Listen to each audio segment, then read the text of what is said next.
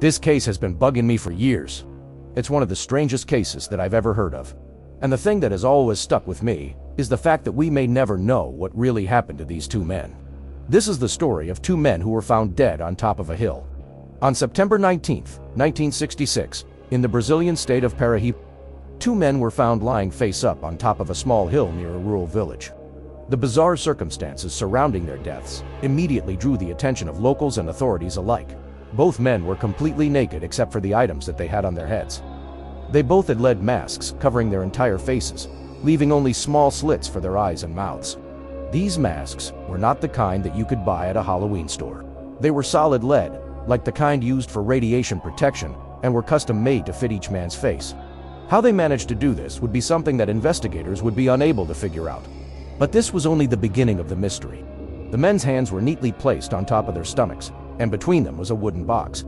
Inside the box, according to the police, was an assortment of religious items, including a rosary, a medal of the Virgin Mary, and a picture of a saint. There was also a folded piece of paper. On it was a message written in Portuguese. When translated into English, it read, "We came to fulfill our destiny. We are the messengers of the end." Below this message was another, this time written in a different hand. It read, "The end is near. Be careful." What did this mean? Were these men religious fanatics? Was there some kind of cult involved here? These questions would be ones that investigators would be unable to answer. One of the men was identified as Jose Carlos Pereira.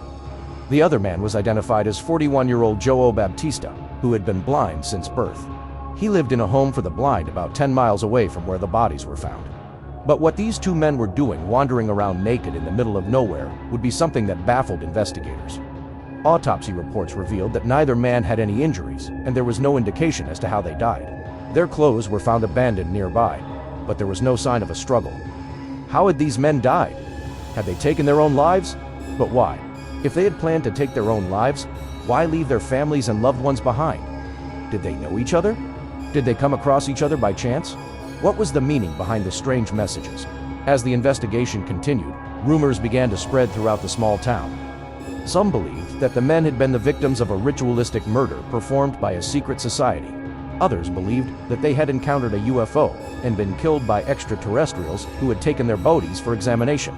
Still, others believed that the men had simply gone mad and killed each other.